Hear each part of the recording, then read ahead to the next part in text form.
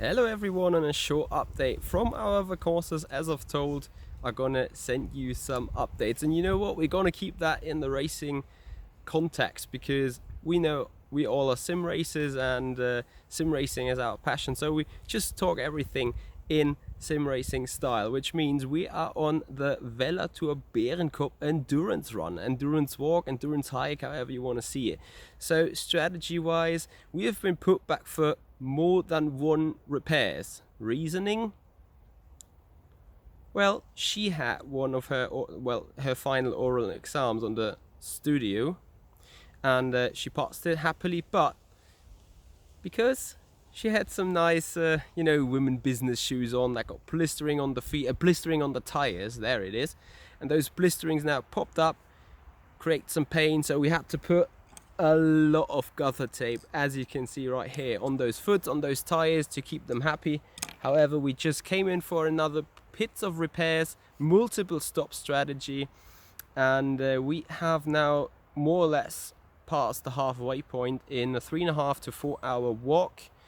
And as you may be able to see, not sure if I can change the camera, no I can't, presumably. We're gonna do it just elsewise. I'm just gonna turn this thing. We are right on the top of the so-called Bärenkopf now, and to be honest, there's breathtaking landscape to see from this point.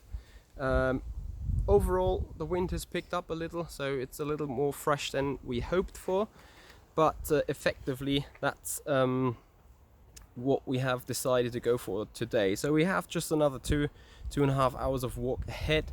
We have climbed up over 150 meters of height, obviously going to go down again, and reasoning a bit why we keep this in the so-called racing context is because we all are die-hard sick race drivers, and I'm going to tell you that story back in virtual Le Mans.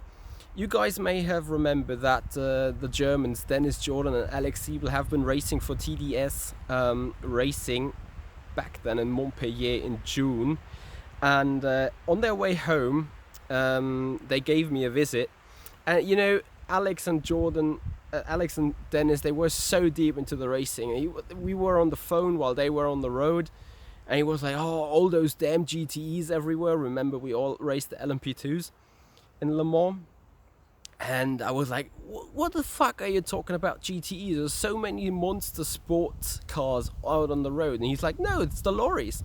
The lorries are damn lorries, and traffic of lorries you have to dodge while being on the motorway or get stuck up behind in.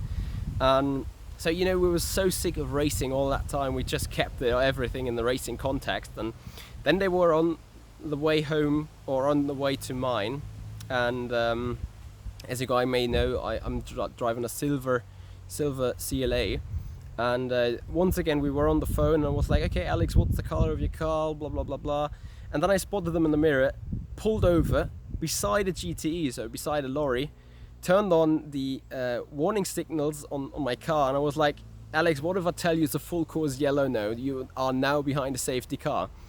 And those both guys are just pissed off because of laughing, and we're like, are you the fucking driver of that car ahead having the warning signals on, telling me that is the safety car? I said, yes I am. So we had a lot of fun, and that is a little bit of the reasoning why I also put that in homage to that way I put our little hiking, our little adventure into racing prospect. Girlfriend's already mad at me because of that, but it's fine, when you're racing addicted, you're racing addicted. Oh, should have seen that face now. Lovely. Anyway, that's going to do it for the moment. Again, we have 2.5 hours of walking back until our starting or finish point. We hope that we do not need any further gaffer tape for repairs. Had enough of pit stops now, but the pit crew has now done a proper job on the foots to get these tires to the end. Anyway, that was a little bit of fun. Hope you enjoyed that, and thank you very much for watching.